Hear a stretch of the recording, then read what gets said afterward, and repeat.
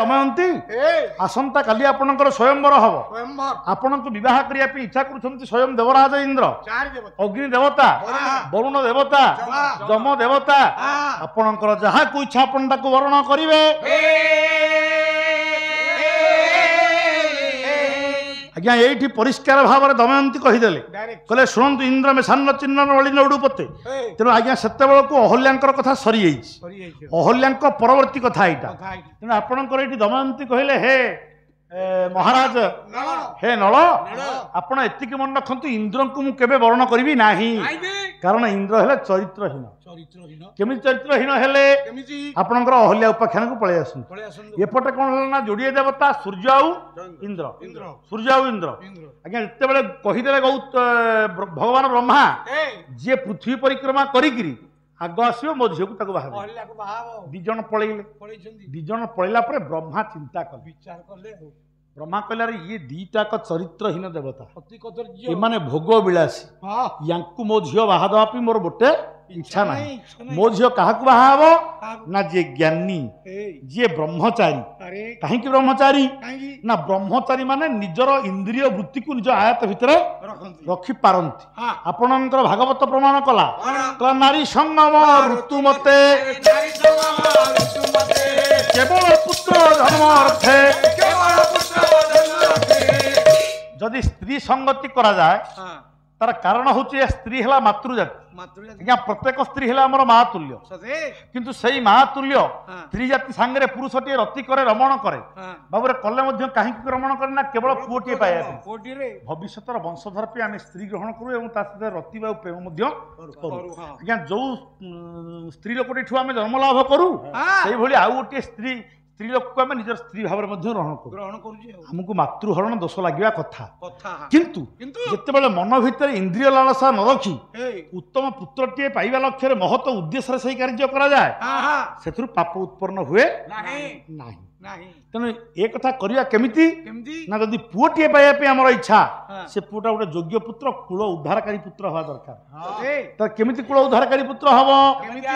नारी संगम ऋतु मते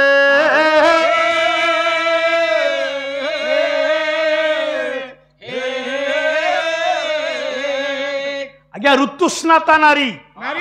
आपण भल भाव जानी प्रत्येक नारी गोटे मासिक धर्म अच्छी ए मासिक धर्म समय सीमा है 28 दिन 28 दिन पर मासिक धर्म हुए ऋतुस्राव हुए आज्ञा ऋतुस्राव पर 3 दिन 4 दिन 7 दिन आगु होता 7 दिन काल स्त्री लोकटा अस्पृश्या हुए घर भीतर कहीं छुई मैंने से अलग होकर बर्तमान 3 दिन पालन कर विधि आगु था ये अल्प कि दिन तले किंतु एबे सब तो आम घर मान कहीं लोक ना आम तो सब जन्म नियंत्रण करदे आमर आ बेसी पुओ ना गोटे पुओ गोटे झील से सब किए विदेश में किए पाठ पढ़ुव घरे आउ लोक कहीं ना स्त्रीटा आज्ञा रोषे कर तेणु आज्ञा सांगे सांगे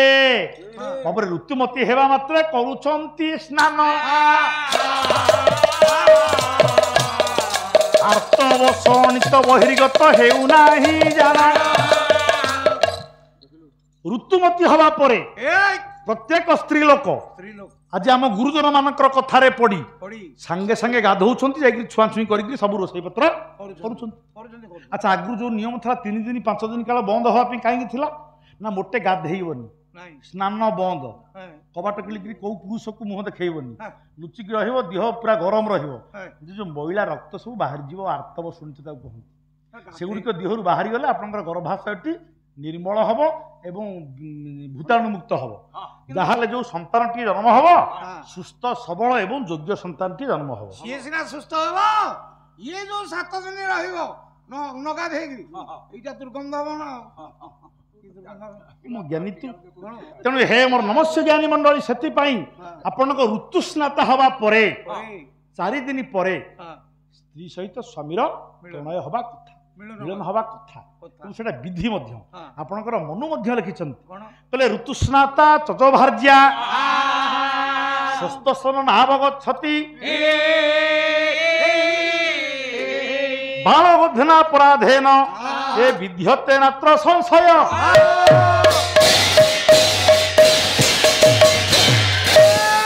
हे मोर नमस्य ज्ञानी मंडली ऋतुस्नाता नारी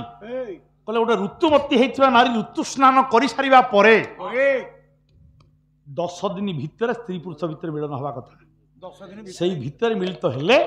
ଯେଉଁ ସନ୍ତାନଟି ଜନ୍ମ ହେବ ସେ ହେବ ସୁସ୍ଥ ନିରୋଗ ବାପା ମାଙ୍କର ସେବାକାରୀ ଏବଂ କୂଳ ଉଜ୍ଜଳକାରୀ କୂଳ ଉଦ୍ଧାରକାରୀ ପୁତ୍ର। କିନ୍ତୁ ଆଜ୍ଞା ଏ ନୀତି ନିୟମ କାମୁକ ପୁରୁଷ ମାନେ ଗ୍ରହଣ କରୁଛନ୍ତି କି? କାମୁକ ପୁରୁଷ ମାନେ ଯେତେବେଳେ ମନ ସେତେବେଳେ ଚାହିଁଲେ ନିଜ ସ୍ତ୍ରୀ ସହିତ ପ୍ରୀତି ଆରମ୍ଭ କରୁଛନ୍ତି। ତାହେଲେ ଯୋଉ ପୁଅଟି ଜନ୍ମ ହଉଛି ବାପା ବୁଢା ବୁଢୀ ହେଇଗଲା ପରେ ବାପା ମା ବାବରେ ସେମାନଙ୍କ ପାଦରେ ଆଡେଇକି ଫୋପାଡ଼ି ଦଉଛନ୍ତି। ଆପଣ ଯଦି ଗାଡିଟିଏ କିଣୁଛନ୍ତି ଗୋଟେ ମୋଟର ସାଇକେଲ ଆପଣ କିଣିବା ପାଇଁ ଯାଉଛନ୍ତି ମୋଟର ସାଇକେଲର ଦାମ ହୁଏତ 60,000 70,000 କିମ୍ବା ଲକ୍ଷେ। ଆଉ ମୋଟର ସାଇକେଲଟି କିଣିବା ପାଇଁ ହେଲେ ଆପଣ ପ୍ରଥମେ ଜ୍ୟୋତିଷ ଦ୍ୱାରକୁ ଯାଉଛନ୍ତି ପଚାରୁଛନ୍ତି ନିଜ ରାଶି ନକ୍ଷତ୍ର ଦେଖାଉଛନ୍ତି ପଚାରୁଛନ୍ତି କୋଉ ଦିନ କୋଉ ସମୟରେ ବା କୋଉ ବାରରେ କୋଉ ତାରିଖରେ କିଣିଲେ ମୋ ପାଇଁ ଶୁଭ ହବ ଗାଡି କୋଉ ରଙ୍ଗର ଗାଡି କିଣିଲେ ଶୁଭ ହବ। ତାପରେ ଜ୍ୟୋତିଷ କହିସାରିଲା ପରେ ଆଜ୍ଞା ଜ୍ୟୋତିଷ କଥା ଶୁଣି ସାରିଲା ପରେ ଆପଣଙ୍କର ଶୁଭ ହବା ପାଇଁ ସେଇ ଦିନ ସେଇ ତାରିଖରେ ଆପଣ ଗାଡିଟା କିଣୁଛନ୍ତି। ଗାଡି କିଣିଲା ପରେ ଆପଣ ଦେବୀ ମନ୍ଦିରକୁ ବା ଦେବତା ମନ୍ଦିରକୁ ଯାଇକି ବ୍ରାହ୍ମଣ ପୁରୋହିତଙ୍କୁ ଦକ୍ଷିଣ ଦଉଛନ୍ତି ଲେମ୍ବୁ ମଡେଇକି ପୂଜା କରୁଛନ୍ତି ତାପରେ ଗାଡି ଚଢୁଛନ୍ତି। ତାହେଲେ ଯଦି 1,00,000 ଟଙ୍କାର ଗାଡି ପାଇଁ ଏତିକି ଯତ୍ନ ଆପଣ ବୁଢା ବୁଢୀ ହେଇଗଲା ପରେ ଆପଣଙ୍କର ଜୀବନର ଦାୟିତ୍ୱ ଯିଏ ନେବ ଯୋଉ ପୁଅଟା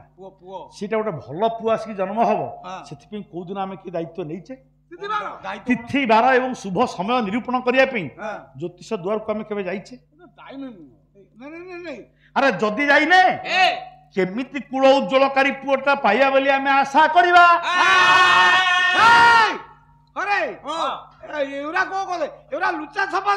ଆଜ୍ଞା ସତ କଥା କହିଲେ ଆମେ ପୁଅ ପାଇଁ ସ୍ତ୍ରୀ ପ୍ରୀତି କରିନାହୁଁ ଆମେ ନିଜର ଇନ୍ଦ୍ରିୟ ଲାଳସାକୁ ଚରିତାର୍ଥ କରିବା ପାଇଁ ତାପରେ ନିଜର ମନୋରଞ୍ଜନ ପାଇଁ ହୁଏତ ଆମେ ସ୍ତ୍ରୀ ପୁରୁଷ ଭିତରେ ଖେଳ କରୁ କରୁ ବାଇଚାନ୍ସ ପିଲାଟା ଜନ୍ମ ହେଇଯାଇଛି ତେଣୁ ଆମେ ତାଠୁ ଭଲ ଫଳ ଆଶା କରିବାଟା ଭୁଲ। ତେଣୁ ଆପଣଙ୍କର ଗୌତମ ଋଷି ବ୍ରହ୍ମା ଚିନ୍ତା କଲେ କହିଲେ ଇଏ ଇନ୍ଦ୍ରକୁ ଆଉ ସୂର୍ଯ୍ୟକୁ ମୋ ଝିଅ ବାହା ଦେବି ତ କାହାକୁ ବାହା ଦେବି ନା ଗୌତମ। ଗୌତମ ହେଲେ ଜ୍ଞାନୀ ଏବଂ ବ୍ରହ୍ମଚାରୀ ଏବଂ ଜିତେନ୍ଦ୍ରିୟ ୟାଙ୍କରି ସାଥିରେ ବାହା ଦେଲେ ଏ ଜଗତର କଲ୍ୟାଣ ହବ। ତେଣୁ ଯେତେବେଳେ ଦି ଦେବତା ପଳେଇଲେ ସେତେବେଳେ ଗୌତମ ଋଷିଙ୍କୁ ଭଗବାନ ବ୍ରହ୍ମା କହିଲେ କଣ କହିଲେ ନା ଗୌତମ କହିଲେ ବୋଇଲେ ତୁମ୍ଭେ ନ ଗଲ କିମ୍ପାଏ ନିମିତେ ଆଜି ବ୍ରହ୍ମପଦ କ୍ଷୀଣ କରି ସେଚନ ଯୋଡ଼ନ୍ତେ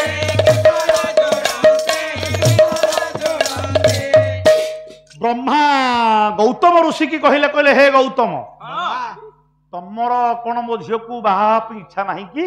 ବାହା ହେବାକୁ କାହା ଇଚ୍ଛା ନାହିଁ? ଯଦି ଇଚ୍ଛା ଅଛି ଦେବରାଜ ଇନ୍ଦ୍ର ଗଲେଣି ପୃଥିବୀ ପରିକ୍ରମା କରିବେ ସୂର୍ଯ୍ୟ ଗଲେଣି ପୃଥିବୀ ପରିକ୍ରମା କରିବେ ତମେ ଏଇଠି ବସିଛ ଆଚ୍ଛା ସେମାନଙ୍କ ଭିତରୁ ଯିଏ ଆଗ ଆସିବ ମୋ ଝିଅକୁ ତ ମୁଁ ତା ସାଙ୍ଗରେ ବାହା ଦେବି। ସିଏ ଆଗ ବାହା ହବ ତମେ ଜଳକା ଭଳିଆ ଅନେଇକି ବସିଥିବ। ଆପଣ କେମିତି କହୁଛନ୍ତି ମତେ ବାହା କରିବାକୁ? ମତେ କେମିତି କହୁଛନ୍ତି? ଯଦି ତମେ ପୃଥିବୀ ପରିକ୍ରମା କରି ଇଏ ଦି ଜଣଙ୍କର ପୂର୍ବରୁ ଆଗ ଆସିକିରି ପହଞ୍ଚିବ ତମ ସାଙ୍ଗରେ ମୋ ଝିଅକୁ ବାହା ଦେବି। ଘଣ୍ଟେ କି 2 ଘଣ୍ଟା ହେଲା ସିଏ ଗଲେଣି ସିଏ ତାଙ୍କର ମାନେ ଯାନ ଭିତରେ ସିଏ ତାଙ୍କର ଯାଉଛନ୍ତି ମୋର ତ କିଛି ବୋଲେ କିଛି ନାହିଁ ମୁଁ କେମିତି କଣ କରିବି ଏତେ ପଛରେ ଯାଇକିରି। ଆଜ୍ଞା ଚିନ୍ତା କଲେ ଗୌତମ କହିଲେ ଜଣେ ଦେବତା ହେଲେ ଦେବରାଜ ଇନ୍ଦ୍ର ତାଙ୍କ ପାଖରେ ଅଛି ଉଚ୍ଚୈଶ୍ର ବା ଅଶ୍ୱ ଐରାବତ ହସ୍ତ ତାପରେ ସିଏ ହାତୀରେ ବସିକିରି ଯିବେ ନହେଲେ ଘୋଡାରେ ବସିକିରି ଯିବେ। ଆଚ୍ଛା ଆଉ ଜଣେ ଦେବତା ହେଲେ ସୂର୍ଯ୍ୟ ତାଙ୍କ ପାଖରେ ଗୋଟିଏ ରଥ ଅଛି ସପ୍ତାଶ୍ୱ ରଥ 7ଟି ଘୋଡା ଯୋତା ହେଇଛନ୍ତି ସେ ରଥରେ ବୁଲିବେ ପୃଥିବୀ ଇଏ ଉଚ୍ଚୈଶ୍ର ବା ଅଶ୍ୱରେ ବୁଲିବେ ପୃଥିବୀ ଆଚ୍ଛା ମୁଁ ହାତରେ ବୁଲିବେ ହାତୀରେ ବୁଲିବେ ଗୌତମ କହିଲେ ମୁଁ ବୁଲିବି କୋଉଥିରେ ବାବାଜୀ ଲୋକ ମୁଁ ପାଦରେ ଚାଲିକି ଯିବି ମୋର ତ କିଛି ନାହିଁ ମୁଁ ପାଦରେ ଚାଲିକି ଯିବି। ଆଚ୍ଛା ସେ 2 ଜଣ ଯାକ ଗଲେଣି ଅଧଘଣ୍ଟା ହେଲା ଏବେ ବ୍ରହ୍ମା କହିଲା ପରେ ମୁଁ ପଛରେ ଅଧଘଣ୍ଟା ପରେ ବାହାରିବି। ଆଚ୍ଛା ମୁଁ ଆଗ କେବେ ପୃଥିବୀ ବୁଲିକି ଆସିକିରି ପିତାମହ ବ୍ରହ୍ମାଙ୍କ ପାଖରେ ପହଞ୍ଚି ପାରିବି ଆଉ ମୁଁ ସେ ଝିଅକୁ କେମିତି ବାହା ହେବି କେମିତି ଝିଅକୁ ବାହା ହେବି ନା ବୁଦ୍ଧି ବିବେକ ଜ୍ଞାନ ବଳେ ମରଣ ଜିଣି ପାରେ ହେ। ସଂସ୍କୃତରେ ଗୋଟେ କଥା ଅଛି ବୁଦ୍ଧିର୍ଯସ୍ୟ ବଳନ୍ତସ୍ୟ ଯାହା ପାଖରେ ବୁଦ୍ଧି ଅଛି ତା ପାଖରେ ବଳ ଅଛି। ଆଜ୍ଞା କଣ କଲେ ନା ବ୍ରହ୍ମାଙ୍କ ଚାରିପଟେ ଗୋଟେ ଘେରା ବୁଲିଲେ ବ୍ରହ୍ମାଙ୍କ ଚାରିପଟେ ଗୋଟିଏ ଘେରା ବୁଲିକି ହାତ ଯୋଡ଼ି ଠିଆ ହେଲେ କଣ କିରେ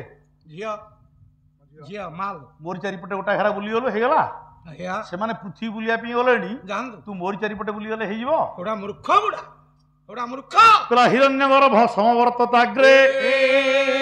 ଭୂତସ୍ୟ ଜାତ ପତିରେକ ଆସୀତ୍ ସଦାଧାର ପୃଥିବୀ ଦ୍ୟାମୃତେ ମାଂ ତସ୍ମୈ ଦେବାୟ ହବିଷା ବିଧେମ ହେ ଭଗବାନ ବ୍ରହ୍ମା ଆପଣ ହେଲେ ହିରଣ୍ୟ ଗର୍ଭ ହିରଣ୍ୟ କହିଲେ ବ୍ରହ୍ମାଣ୍ଡ ବ୍ରହ୍ମାଣ୍ଡ ଆପଣଙ୍କର ଗର୍ଭରେ ପୁରା ବ୍ରହ୍ମାଣ୍ଡ ଅଛି ଆଉ ଆପଣଙ୍କର ଗର୍ଭରେ ବ୍ରହ୍ମାଣ୍ଡ ଥାଉ ଥାଉ ପୃଥିବୀ ବୁଲିବା ପାଇଁ ମୁଁ ବାହାରକୁ ଯିବି କାହିଁକି ଆପଣଙ୍କ ଚାରିପଟେ ବୁଲିଲି ମାନେ ମୁଁ ବ୍ରହ୍ମାଣ୍ଡ ବୁଲି ସାରିଲେଣି ଏପଟେ ବୁଲିବା ଯାହା ବ୍ରହ୍ମାଣ୍ଡ ଆଜ୍ଞା ଇଏ ତ ବ୍ରହ୍ମାଙ୍କର ଇଚ୍ଛା ଥିଲା ଆଙ୍କୁ ଝିଅ ବାହା ଦେବା ପାଇଁ ଆରେ ମଳୁ ଖୋଜୁଥିଲା ଯାହା ବୈଦ ବତେଇଲା ସେ ସେଇଆ ଏକାଠି ଡେରି କରିନାଉ ତୁ ବସିଲୁ ଏଇ ଦେଖିଲ ୟା ଉଭୟଙ୍କର ସିଏ ବାହାଘର କରେଇଦେଲେ ଉଭୟଙ୍କର ବାହାଘର ହେଇଗଲା ଏଇ କଥାଟା ଏଠିକି ଥାଉ ଏପଟେ ଆପଣଙ୍କର 4 ଜଣ ଦେବତା କଣ କଲେ କଣ କଲେ ନା ଯେତେବେଳେ ଆଜ୍ଞା ନଳ ଯାଇକିରି ବୁଝେଇଲେ ଯେ ରାଜି ହେଲେ ନାହିଁ କେବେ ହେଲେ କିଏ ନା ଆପଣଙ୍କର ଦମୟନ୍ତୀ କଲେ ନଷ୍ଟ ଚରିତ୍ର ଦେବତା ମାନେ ଏମାନଙ୍କୁ ମୁଁ ଜଣକୁ ବାହା ହେବିନି ମୁଁ ଆଜ୍ଞା ନଳଙ୍କୁ ବରଣ କରିଛି ମନେ ମନେ ମୁଁ ନଳଙ୍କ ଛଡା ମୁଁ ମରି ପଛେ ନଳଙ୍କ ବ୍ୟତୀତ ମୁଁ କାହାକୁ ଆଉ ବିବାହ କରିପାରିବି ନାହିଁ ନାହିଁ ତ ଆଜ୍ଞା ଯେତେ ବୁଝାଇଲେ ଦମୟନ୍ତୀ ମନା କରିଦେଲେ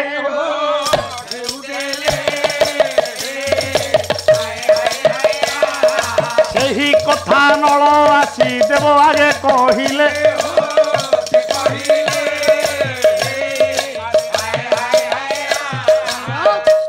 ଦେବତା ମାନଙ୍କ ଆଗରେ ନଳ ଆସିକିରି କହିଲେ ବର୍ତ୍ତମାନ ଝିଅଟା ମନା କରିଦେଲା ଦମୟନ୍ତୀ ମନା କରିଦେଲା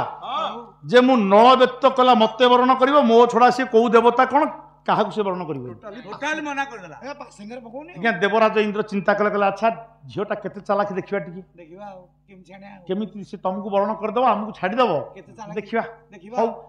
ପ୍ରଥମ ଚେଷ୍ଟାଟା ଆମର ହେଇପାରିଲାନି ସଫଳ ହେଲା ନାହିଁ ତ ଦ୍ୱିତୀୟ ଚେଷ୍ଟା ସଫଳ ହବ ଦେଖିବା କହିଲା ତମେ ଯୋଉଠି ବସିବ ନଳ ହଁ ଆମେ ଦେବତା ମାନେ ଆମେ ନିଜ ଇଚ୍ଛାରେ ଆମେ ରୂପ ପରିଗ୍ରହଣ କରିପାରିବୁ ରୂପ ତମେ ଯେମିତି ନଳ ହଁ ତମରି ରୂପ ଭଳିଆ ହଁ ଏକ୍ଜାକ୍ଟ ନଳ 5 ଜଣ ଆମେ 4 ଜଣ ମଧ୍ୟ ହେଇଯିବୁ ନଳ ଆମେ 5ଟି ନଳ ତମରି ପାଖରେ ବସିବୁ ଆମେ 5 ଆଉ 13 ଡାକି ଦିଅ 18 ନଳା ହେଇକି ବସି ପଡିବ କହିଲା କାହାକୁ କରିବ ବାଳା ଦେଖିବା ବରଣ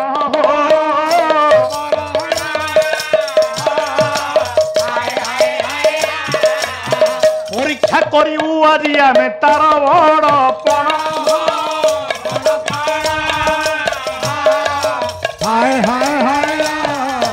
ଆଜ୍ଞା ସ୍ୱୟଂବର ହେଲା ନଳ ଯୋଉଠି ବସିଲେ ତାଙ୍କ ଚାରିପଟେ ଆଜ୍ଞା ବସି ପଡିଲେ ତାଙ୍କ ପାଖରେ ଦେବରାଜ ଇନ୍ଦ୍ର ଅଗ୍ନି ବରୁଣ ଯମ 4 ଜଣ ଯାକ ସମସ୍ତେ ନଳ ରୂପ ହେଇକି ବସିଲେ ଆଜ୍ଞା ଯେତେବେଳେ ଝିଅଟି ଆସିଲା ଦମୟନ୍ତୀ ସଖୀଟି ଯେତେବେଳେ ପରିଚୟ କରେଇଲା ସେତେବେଳେ ଦେଖିଲା ବେଳକୁ 5 ଜଣ ନଳ ସେତେବେଳେ କଣ କଲା କହିଲା କାହାକୁ ବରଣ କରିବି ସେତେବେଳେ ମା ସରସ୍ୱତୀଙ୍କୁ ଧ୍ୟାନ କରିବାରୁ ମା ସରସ୍ୱତୀ ତା କଣ୍ଠରେ ବସିଲେ ଆପଣଙ୍କର ଶ୍ରୀହସ୍ତ ଲେଖିଛନ୍ତି ଗୋଟା ପଞ୍ଚନଳ ଶ୍ଲୋକ ବାପାରେ ଗୋଟାଏ ଶ୍ଲୋକ ଭିତରେ 5ଟା ଅର୍ଥ ହବ ଗୋଟାଏ ଶ୍ଲୋକ ମାଧ୍ୟମରେ 5ଟା ନଳଙ୍କୁ ଚିହ୍ନେଇ ଦେଲା ସେ ସଖୀଟା ବାପାରେ ସିଏ ଗଲା ଗୋଟିଏ କଥା କିନ୍ତୁ ଆପଣଙ୍କର ମହାଭାରତର କଥା ଅନୁସାରେ ମା ସରସ୍ୱତୀ ତା କଣ୍ଠରେ ବିଜେ କରିକି କହିଦେଲେ ଦମୟନ୍ତୀ କି କହିଲେ ହେ ଦମୟନ୍ତୀ ଏମାନଙ୍କୁ ଚିହ୍ନିବା ପାଇଁ କିଛି କଷ୍ଟ ନାହିଁ ତୋର ସ୍ୱାମୀ ପ୍ରକୃତ ନଳ କିଏ ନା ଯାହା ଦିହରୁ ଝାଳ ବାହାରୁଥିବ ସେଇ ହେଲା ନଳ ଦେବତା ମାନଙ୍କ ଦିହରୁ ଝାଳ ବହେ ନାହିଁ ଖାଲି ସେତିକି ନୁହଁ ଦେବତା ମାନଙ୍କର ଆଖିର ପଲକ ପଡେନି ଯାହାର ଆଖିର ପଲକ ପଡୁଥିବ ଜାଣିବୁ ସେଇ ନଳ ଖାଲି ସେତିକି ନୁହଁ ଦେବତା ମାନଙ୍କର ମାଳ ମଉଳେ ନାହିଁ ଯାହାଙ୍କର ମାଳ ମଉଳି ପଡିବ ସିଏ ହେଲା ନଳ ଦେବତା ମାନଙ୍କର ପାଦ ତଳେ ଲାଗିବ ନାହିଁ ଯିଏ ବସିଲା ବେଳେ ଦେଖିବୁ ଯାହାଙ୍କର ପାଦ ତଳେ ଲାଗିଛି ସେଇ ହଉଛନ୍ତି ପ୍ରକୃତ ନଳ ଦେବପତି ନୈଷଧରା ଜଗତ୍ୟା ନିର୍ଣ୍ୟତେ ନ କିମୁର ଖଳୁ ବୃହତେ ବୃହତେ ଭବତ୍ୟା ନାୟଂ ନଳଃ ଖଳୁ ତୁ ଭବାତୀତ ତବାତି ଲାଭ ଭଜ୍ୟତେ ନ ଯୁଜୋ ସୁକ୍ରିୟତେ ଭବତ୍ୟା ଭୁବ କହିଲେ ଶୁଣ ଦେବପତି ବିଦୁଷୀ ନୈଷଧରା ଜଗତ୍ୟା କହିଲେ ହେ ବିଦୁଷୀ ହେ ପଣ୍ଡିତା ନୈଷଧରା ଜଗତ୍ୟା ନ ଏଷ ଧରା ଜଗତ୍ୟା ଆଜ୍ଞା ଇନ୍ଦ୍ରକୁ ଦେଖେଇକିରି ଝିଅଟା ବୁଝେଇ ଦେଲା କହିଲା ଏଇ ଯୋଉ ଦେବତା ଏଇ ଯୋଉ ବସିଛନ୍ତି ନଳଙ୍କ ରୂପରେ ଇଏ ନହ ଧରା ଜଗତ୍ୟା ଧରା କହିଲେ ପୃଥିବୀ ଜଗତର ଇଏ ନୁହଁ ଇଏ ସ୍ୱର୍ଗ ଜଗତର ଦେବରାଜ ଇନ୍ଦ୍ର